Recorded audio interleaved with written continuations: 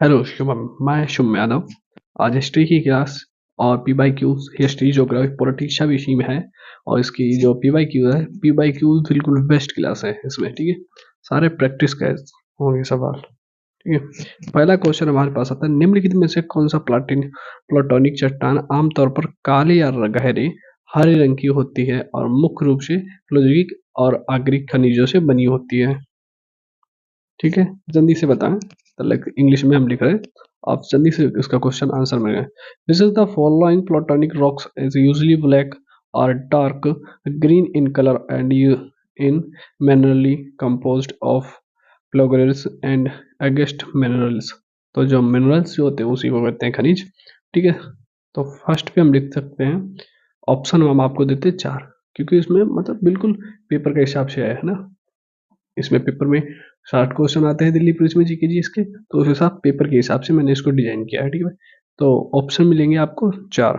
पहला आ गया ग्रोवो, पहला ऑप्शन ग्रेवो होता है। गैब्रो, उसी को पहला ऑप्शन। तो गैब्रो को हिंदी में कहते हैं काला पत्थर। ठीक है भाई, ठीक है मेरे दोस्त, क्या कहते हैं, गैब्रो को हिंदी में कहते हैं काला पत्थर। जल्दी से बता, चौथा ऑप्शन। 4 ऑप्शन हम आपको देंगे, उसमें से 4 ऑप्शन में आपको एक चूज करना पड़ेगा। ठीक है, दूसरा ऑप्शन क्या है वो भी लिख रहे हैं।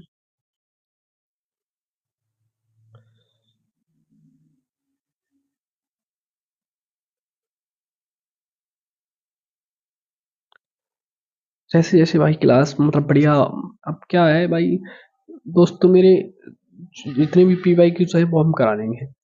क्लास मतलब रोज की रोज पी वाई क्यूज की होगी, शाम को 6 बजे रोज अपलोड होगी आपकी, शाम को रोज 6 बजे। ठीक है भाई, तो दूसरा ऑप्शन होता है प्रोमेट। क्या है, पोलोमेट। तो जो तीसरा आदमी है वो जेलोटिस है। कौन सा है, जेलोटिस या जेलोटाइस होता है। ठीक है, तीसरा जो ऑप्शन होता है वो कार्टस होता है।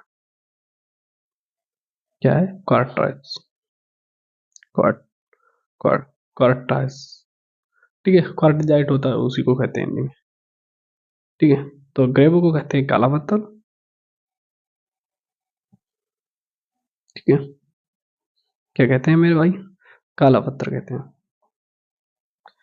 सवाल को समझो, अभी भी टाइम है भाई, मैं जल्दी का ऑप्शन लिख रहा तले आप ऑप्शन दे सकते हैं कमेंट बॉक्स में। निम्नलिखित में से कौन सा प्लाटोनिक चट्टान आमतौर पर काले या गहरे हरे रंग की होती है। जैसे इंग्लिश में भी हमने लिख रखा है, this is of the following platonic rocks and is usually black or dark green in color and in minerally composed of piglass piglass and against minerally, जिसमें minerals। ठीक है, एक हो गया पेलोमाइट, हो गया काला पत्थर, हो गया पोलोमाइट, हो गया।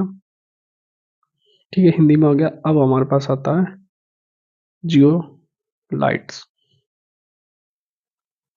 जियोलाइट। ठीक है, जियोलाइट्स हो गया, 3 ऑप्शन हो गया। और चौथा ऑप्शन और हमारे पास आ गया है क्वार्टजाइट्स। और जो इसमें जो इसका आंसर है वो हमारे पास आता है काला पत्थर, जिसे कहते हैं गैब्रो। इसका आंसर जो है वो है काला पत्थर, जिसे कहते हैं गैब्रो। ठीक है भाई, क्लास धीमे ही पढ़ाएंगे भाई, आपको ज्यादा नहीं है तो आप स्किप कर सकते हैं, बट देखते जाओ हम क्या क्या लिखा रहे हैं। आप भी कहोगे सर स्किप कर दिया भाई, स्किप कर दिया तो कुछ चीजें छूट जा सकती है। ठीक है, तो इसका आंसर जो हो गया उसे काला पत्थर गैब्रो कहते हैं। ठीक है, अब इसके कुछ पॉइंट है वो भी हम आपको लिखा देंगे। तो प्लेट या जैसे हम खनिज हो गया, चट्टान हो गया, तो चट्टान कितनी प्रकार की होती है, चट्टान 3 प्रकार की होती है। ठीक है, एग्नो अग्रज चट्टान, कैंद्रिक चट्टान और अपसादी चट्टान या रूपांतरित चट्टान। जो कैंद्रिक चट्टान होती है उसे रूपांतरित चट्टान भी कह सकते हैं। ठीक है, क्या कह सकते हैं, रूपांतरित चट्टान। भाई सुनते चलना, नहीं बाद में कहो क्या सर आप बता रहे हैं। तो ठीक है, चट्टाने जो होती 3 प्रकार, आपसे पूछ सकता है ना क्वेश्चन, क्वेश्चन में ये भी पूछ सकता है कि चट्टाने कितनी प्रकार की होती है, तो आप बता देना 3 प्रकार की चट्टाने होती हैं। कितनी प्रकार की, 3 प्रकार की चट्टानें होती है। जैसे इंग्लिश में भी बोलते हैं इग्नियस रॉक, सेडिमेंटली रॉक्स और मेटामॉर्फिक रॉक। क्या है, मेटामॉर्फिक रॉक हो गया, सेडिमेंटली रॉक हो गया और इग्नियस रॉक हो गया। ठीक है, हिंदी में तो लिख सकते हैं अग्रस्ट चट्टानें। दूसरा होता अपसादी चट्टान। अपसादी भी चट्टानें दो प्रकार की होती हैं और अग्रस्ट चट्टानें भी दो प्रकार की होती हैं। ठीक है, अग्रस्ट चट्टानें भी दो प्रकार की होती हैं और अपसादी चट्टानें भी दो प्रकार की होती हैं। ठीक है, जितना डिटेल से हम आपको बता देंगे ना, इतना डिटेल से कोई नहीं बताएगा, ये हम आपको दावा ठोक के बात बता रहे हैं। ठीक है, अग्रस्ट चट्टानें जो दो प्रकार की होती है, वो पहली होती है अंतर्वृत्तीय अग्रस्ट चट्टानें, दूसरी जो होती है वो अभ्रामवृत्तीय अग्रस्ट चट्टानें। भाई चट्टानें दो तीन प्रकार की होती हैं, अग्रस्ट चट्टानें, अपसादी चट्टानें, रूपांतरित चट्टानें। रूपांतरित चट्टानों को कायांतरित चट्टानें भी कहा जाता है। तो क्या हो गया, अग्रस्ट चट्टानें दो प्रकार की हो सकती हैं। ठीक है भाई, क्या पहला हो गया अंतावर्ती अग्रस्त चट्टानें, दूसरा हो भ्रामवर्ती अग्रस्त चट्टानें। ठीक है, अब हमारे क्वेश्चन पे आते हैं। क्वेश्चन हमने लिख लिया है, उसका भी आंसर दो जल्दी, फटाफट फटाफट आंसर दो भाई। भूमि पर गिरने वाले जल का कितना प्रतिशत महासागर तथा अन्य स्थानों से बाष्पीकरण के माध्यम से वायुमंडल में वापस लौटता है? इंग्लिश वाले सुने, what percentage of the water the fails of land returns of the atmosphere throughout the evaporation from over the ocean as well as from other place? ठीक है भाई, जल्दी से आंसर बताएं। ठीक है, तो हमने बता दी अग्रस्ट चट्टानें भी दो प्रकार की होती है। तो एक होती है अंतावर्तीय अग्रस्ट चट्टानें, लिख लेना भाई, और दूसरी होती है भ्रामवर्तीय अग्रस्ट चट्टानें।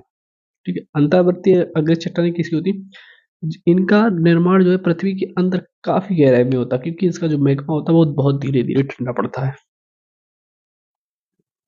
ठीक है, अब भाई थ्योरी की क्लास तो है नहीं जो हम आपको अग्रस्ट चट्टानें, अपसादी चट्टानें, रूपांतरित चट्टानें, एकांतरित इनको डिटेल में समझाएं। ठीक है, बट इतना बता दिया है अग्रस्ट चट्टानें दो प्रकार की होती हैं। ठीक है, अब अग्रस्ट दो प्रकार जैसे अंतावर्ती अग्रस्ट चट्टानें, तो इनके अंदर जो मैग्मा होता वो बहुत काफी अंदर गहराई में होता है, जिसके ठंडे होने की दर बहुत कम होती है। ठीक है, ठीक है, और यूनानी देवता के नाम से इन्हें प्लूटोनिक नाम से भी जाना जाता है। और बृहस्पति जो अग्रस्ट चट्टान है वो ऊपर होती है, तो उनके ठंडे होने की दर तेज होती है। ठीक है, अपसादी चट्टानें तीन प्रकार की होती है, जैविक अपसादी चट्टानें, अजैविक अपसादी चट्टानें और रासायनिक अपसादी चट्टानें। ठीक है भाई, जो हो गई तो आपने लिख ली।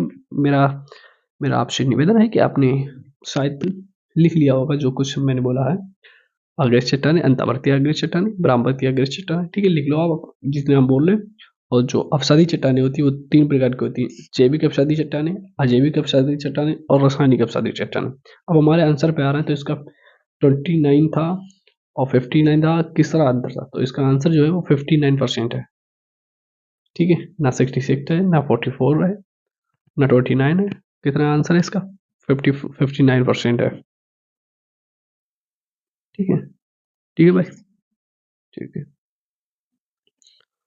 आपको अगर डिटेल से क्लास चाहिए, थ्योरी बाई थ्योरी क्लास चाहिए, तो हम आपको थ्योरी बाई क्लास भी प्रोवाइड करा देंगे। और इसका जो पीडीएफ है वो हम अपने इंस्टाग्राम आईडी पे प्रोवाइड करा देंगे। हम इसकी जो इंस्टाग्राम आईडी है उसकी हम लिंक जो है आपको डिस्क्रिप्शन में और जो टेलीग्राम चैनल है उसकी भी हम डिस्क्रिप्शन में लिंक डाल देंगे।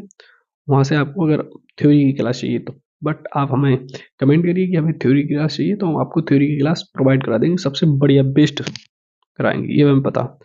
तो 59%। अब जैसे हमारे पृथ्वी पर जो फ्रेश वाटर होता है वो 2.5% होता है, और जो सलीन वाटर होता है वो 97.4% होता है, और जो टोटल अर्थ पे जो पानी है, टोटल अर्थ वाटर जो है वो हमारे पास आता है 75%। कितना होता है, 75%। तो फ्रेश वाटर 2.5%, परसेंट लिखना भूलिए बट लिखा है, ठीक है, 2.5%।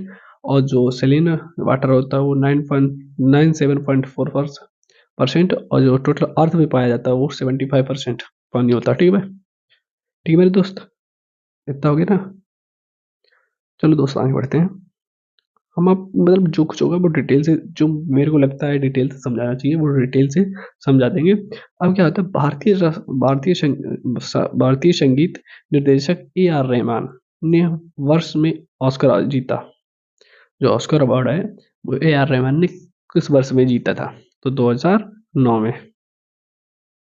कब जीता था, 2009 में। ठीक भाई, अगर चाहिए हो तो बता देना, हम थ्योरी क्लास ले जाएंगे, क्योंकि थ्योरी क्लास जैसे आगृत चट्टानें कायांतरिक चट्टानें में बदलती है तो क्या हो जाता है, और जो अपसारी चट्टानें अपसारी चट्टानें कायांतरिक चट्टानें में बदलती है तो क्या होता है, तो वो चीजें हैं आप बताना तो हम आपको दिला देंगे।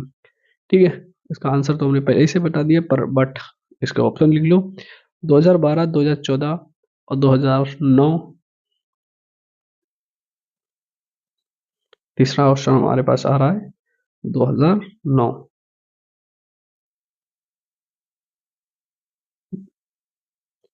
अब बस आप बताइए कि सर भाई मेरे को थ्योरी की क्लास भी चाहिए, मेरे क्वेश्चन नहीं समझ में आ रहे, बाउंस जा रहा है जो आप पढ़ा, तो हम आपको थ्योरी की क्लास देंगे, बट थ्योरी की क्लास जो होगी वो कम से कम नहीं तो टाइम कम है तो 1-1.5 घंटा की क्लास खींच देंगे। बट वो आप जितनी बड़ी से लर्न करेंगे उसकी जो पीडीएफ है वो हम आपको टेलीग्राम चैनल पे प्रोवाइड करा देंगे। कोई दिक्कत वाली चीज़ नहीं भाई, कहो तो क्या चाहिए, सब करा देंगे। ठीक है, तो इसका आंसर 2009 है जो हमने पहले रखा बोल रखा है। तो इसके 2012, 2014, 2011 इसका कोई आंसर नहीं। 2009 में ए आर रहमान को ऑस्कर अवार्ड जीता था। ठीक है, ए आर रहमान ऑस्कर, ये एस सीरियल का अभी तत्काल नया ताजा ताजा खान ताजा ताजा सवाल है। ठीक है, सब मतलब हम बता क्या रहे हो, पी वाई क्यू है, हम ढूंढ ढूंढ के आपको देंगे, बट आप यकीन मानो। ठीक है भाई, ठीक है। अब क्या बोलते हैं, एक मजबूत बैंक प्रणाली का सर्वोत्तम और संवर्धन और विकास किसका कार्य है। ठीक है, एक मजबूत बैंकिंग प्रणाली का संवर्धन और विकास किसका कार्य है।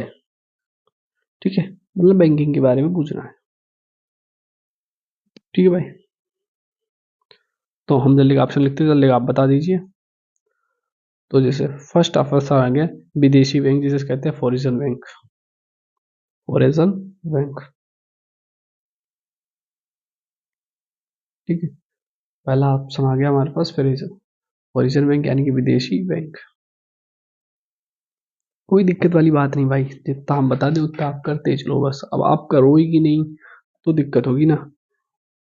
ठीक है भाई, जितना कराएं उतना कर दिए। बस भरोसा रखिए, क्लास पूरी देखिए, उसके जो क्वेश्चन है इतनी मैंने क्वेश्चन करा रखे हैं, 3-4 क्लास हो गई जीके की, वो इतनी क्वेश्चन हो गए। आप उसको क्वेश्चन को अगर आपने बढ़िया तरीके से पढ़ा होगा या डिटेल से लगा तो आपको लगा भी होगा कि हाँ भाई क्वेश्चन है, क्वेश्चन में दम है। हम्म, तो विदेशी बैंक हो गया, एक होता कमर्शियल बैंक हो गया, एक क्षेत्रीय ग्रामीण बैंक हो गया, और चौथी जो हमारी होती है वो सेंट्रल बैंक, जिसे केंद्रीय बैंक या आरबीआई भी कह सकते हैं। ठीक है भाई। हम्म, इसे आरबीआई बैंक भी कह सकते हैं या कमर्शियल बैंक हो गया। चार ऑप्शन हमारे पास आए हैं, चार ऑप्शन में आप बताइए कौन सा आंसर है।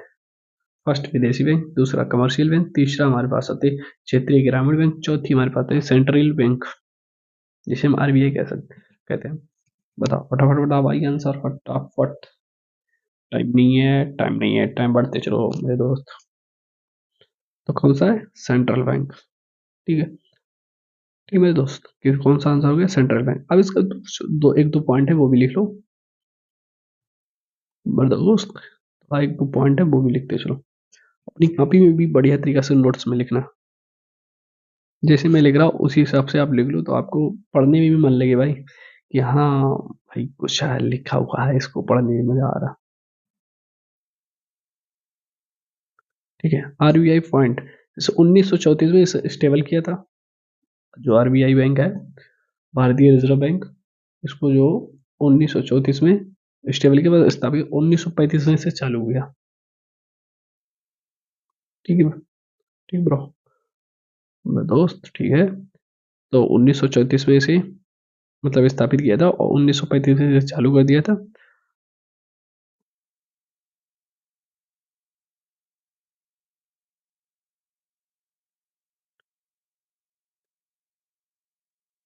और इसका जो राष्ट्रीयकरण है, क्या है, राष्ट्रीयकरण 1949 में।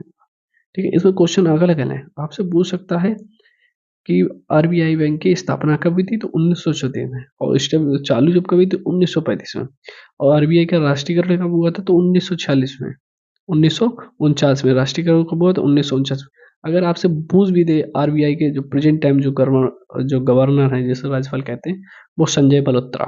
कौन है? संजय मल्होत्रा। ये करंट अफेयर का क्वेश्चन डाल दिया, तो डाल दिया ना, बता क्या आपको स्वयं मिलेगा। ठीक है, संजय मल्होत्रा। तो क्वेश्चन नंबर तीसरा आ गया है, निम्नलिखित में से कौन सा भारत में सार्वजनिक क्षेत्र के उद्योग का उदाहरण नहीं है? Which of the following is not an example or public sector? तो कहते हैं, which of the following is not a example or on public sector industries in India? ठीक है, पब्लिक सेक्टर इंडस्ट्रीज इंडिया, उद्योग है। अब देखो, हिंदी में इंग्लिश दोनों में लिखा है, आप जिस हिसाब से पढ़ते हो, आप इंग्लिश मीडियम तो इंग्लिश मीडियम लिख लिया हमारा क्वेश्चन, हिंदी मीडियम से तो हिंदी क्वेश्चन मिल गया। पहली, ठीक है, आपको ऑप्शन भी चारों इंग्लिश हिंदी दोनों में देंगे, कोई दिक्कत वाली बात नहीं भाई। Tata iron and steel company, first हमने लिख रखा है Tata iron and steel company.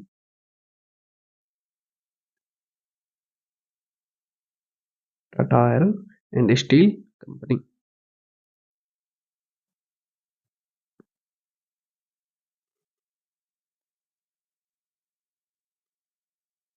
लिखते चलो भाई, लिखते चलो मेरे दोस्त, सब अपनी कॉपी में बढ़िया तरीके से लिख लो जिससे याद करने में आपको दिक्कत ना हो। ठीक है, दूसरा क्या है? राष्ट्रीय ताप राष्ट्रीय ताप विद्युत, राष्ट्रीय ताप विद्युत कंपनी। तो क्या हुआ? राष्ट्रीय ताप विद्युत कंपनी, नेशनल थ्योरम,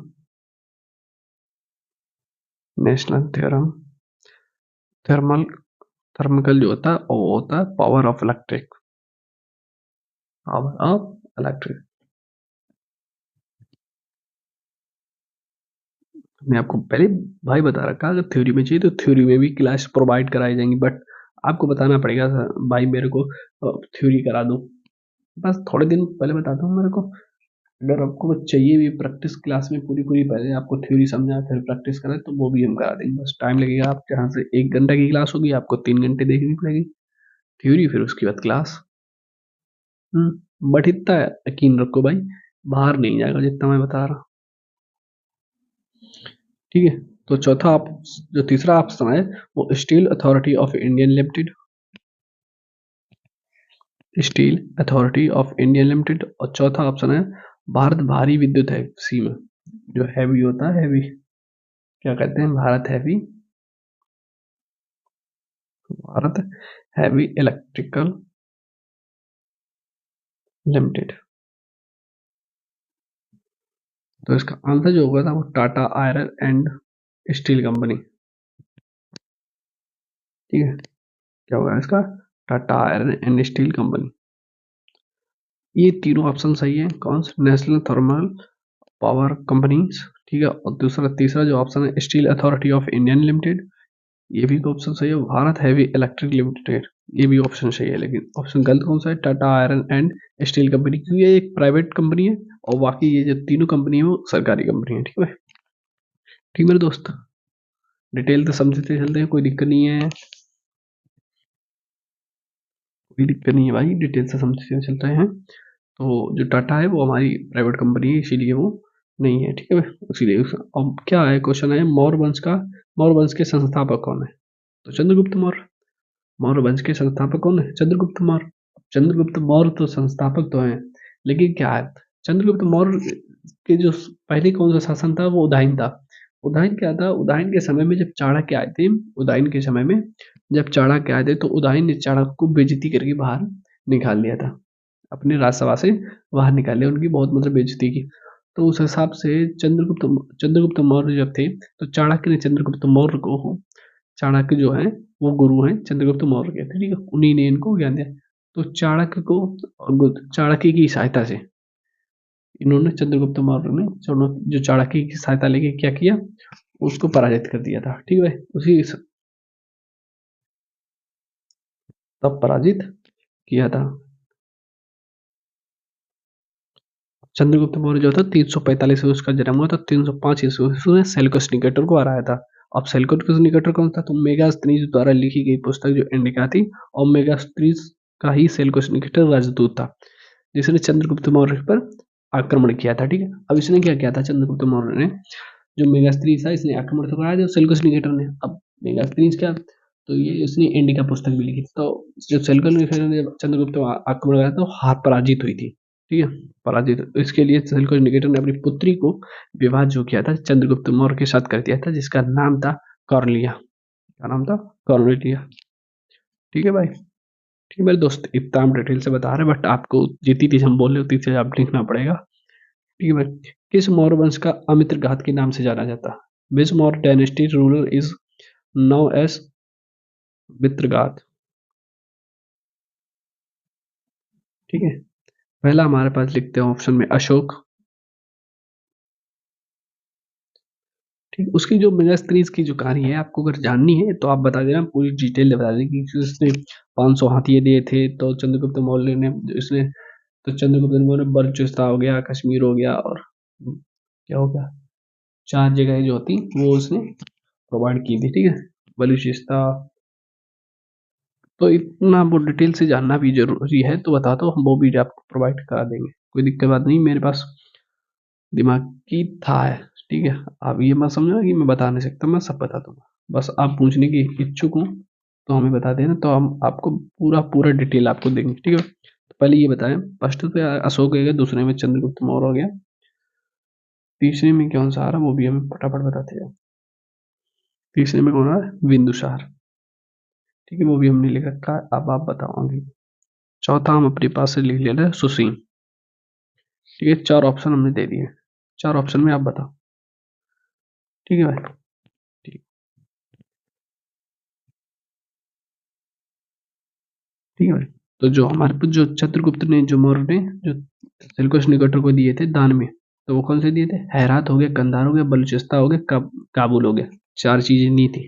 ठीक है, सेल्यूकस निकेटर को चंद्रगुप्त मौर्य ने, और सेल्यूकस निकेटर ने उन्हें क्या दिया था? 500 हाथी दिए थे। ठीक है, इसका जो आंसर होगा वो बिंदुसार होगा। कौन सा? किस मौर्य वंश का अमित्रघात के नाम से जाना जाता था? Which Maurya dynasty ruler ruler is known as bill known as Mitraghata? तो किससे जाना जाता है? तो बिंदुसार, बिंदुसार को जाना जाता है। ठीक है, अब चंद्र जो मेगास्थनीज जो होते हैं वो पाटलिपुत्र में रहते थे, वो उन्हीं ने वहीं पर इंडिका जो जो मेगास्थनीज थे वो पाटलिपुत्र में रहते, तो पाटलिपुत्र में जब वे रहते तभी उन्हें इंडिका पुस्तक दी थी। ठीक है, डिटेल में जानना तो कोई दिक्कत नहीं, हम बता देंगे डिटेल में। ठीक है, अब अशोक की गद्दी पर बैठने से पहले वो कहाँ का राज्यपाल था? Before ascending to the throne where was Ashoka the governor? ठीक है, तो वो एक कहाँ का गवर्नर राज्यपाल था पहले, जो अशोक गद्दी पर बैठा था, तो पहले कहाँ का राज्यपाल था? ठीक है, फटाफट बताइए। तो हमने वो भी बता दिया ना, चंद्रगुप्त मौर्य ने जो सेल्यूकस निकेटर को जो 4 दिए थे वो कौन से? हेरात हो गया, कंधार हो गया, बलूचिस्तान बलूचिस्तान हो गया, और हमारे पास चौथा आता है उसे काबुल कहते हैं। ठीक है, कोई दिक्कत वाली बात नहीं है, सब धीरे धीरे सब समझाते चलेंगे, कोई दिक्कत नहीं है, लिखते चलो बस आप, अपना लिखते चलो। ठीक है, इसमें हम पहला ऑप्शन लेते हैं काबुल, पहला ऑप्शन लेते हैं काबुल।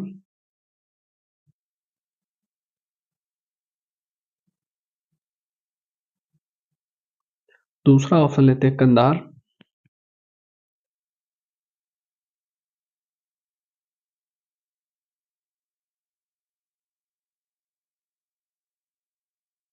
और जो चंद्रगुप्त मौर्य था उसने 298 ईस्वी तक ईसा पूर्व तक शासन किया, उसके बाद वो खत्म हो गया। ठीक है, और तीसरा हम ऑप्शन लेते हैं अवंती।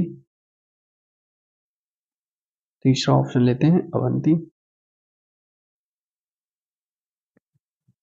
तीसरा ऑप्शन क्या लेते हैं? अवंती। और चौथा हम ऑप्शन ले लेते हैं राजगृह। कौन सा? राजगृह। चौथा ऑप्शन राजगृह। भाई मेरे को पीडीएफ लिखनी भी पड़ती है, बोलना भी पड़ता है, तो इस हिसाब से धीरे धीरे काम हो पा रहा है। और भाई सब लोग पैसे वाले अमीर आदमी, तो उनके पास टीवी हैं तो पीडीएफ से ही पढ़ाते हैं, बट हम खुद अपनी टाइप करके और पढ़ा रहे हैं आपको अभी। ठीक है, तो काबुल, कंधार, अवंती, राजगीर, तो इसका आंसर जो होगा वो अवंती है। क्या है? अवंती। अब दूसरा क्वेश्चन 7वां लिखो। अशोक के पुत्र तथा पुत्री थी क्या? अशोक के जो पुत्र हैं और तथा पुत्री का नाम बताओ फटाफट।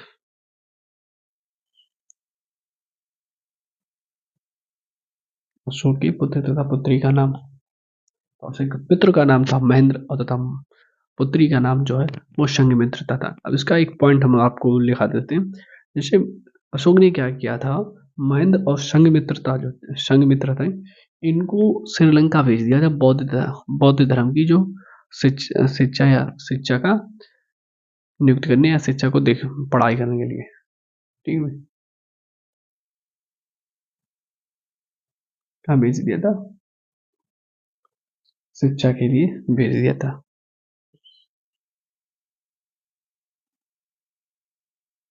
बौद्ध धर्म के प्रचार के लिए भेजा था। डी भाई, किसके लिए भेजा था? बौद्ध धर्म के प्रचार के लिए, जैसा शिक्षा भी कह सकते हैं, कोई दिक्कत वाली बात नहीं है। क्वेश्चन आपसे पूछा जाएगा कि महेंद्र और संघमित्रता ने कहाँ पर प्रचार किया, बौद्ध धर्म का कहाँ प्रचार किया था या कहाँ से चले, तो वो आपको बताना होगा कहाँ पे, श्रीलंका में। ठीक है, अशोक के जो शिलालेख है वो किसमें लिखे? खरोष्टी में लिखे हैं, ग्रीक में लिखे, अरमाइक में लिखे और ब्राह्मी में लिखे। ठीक है, कराष्टी नहीं, करोष्टी होना चाहिए, खरोष्टी। सॉरी भाई, हिंदी टाइपिंग कर रहा तो दिक्कत हो सकती है। कौन सा होना? खरोष्टी होना चाहिए और ब्राह्मी होना चाहिए, ग्रीक हो, आर्मी हो। जी लिपि है हमारे पास किसकी, वो आप बता दी हमने आपको, उसकी है। ठीक है, अशोक के शिलालेखों की। आज यहाँ तक रखते हैं और आगे की क्लास अगले हिस्से में। ठीक है, if you like if you like the class, ठीक है भाई, ये भी मेरी सुन भाई, प्लीज सब्सक्राइब कर दो अगर क्लास बढ़िया लगी तो। और बढ़िया तो लगेगी, ऑब्वियसली बात है, मेहनत तो पड़ती है भाई, मेहनत से पढ़ा रहा class. Then please subscribe. If you like the class then please subscribe. बढ़िया लगी क्लास तो सब्सक्राइब, और आगे की जो क्लास है उसको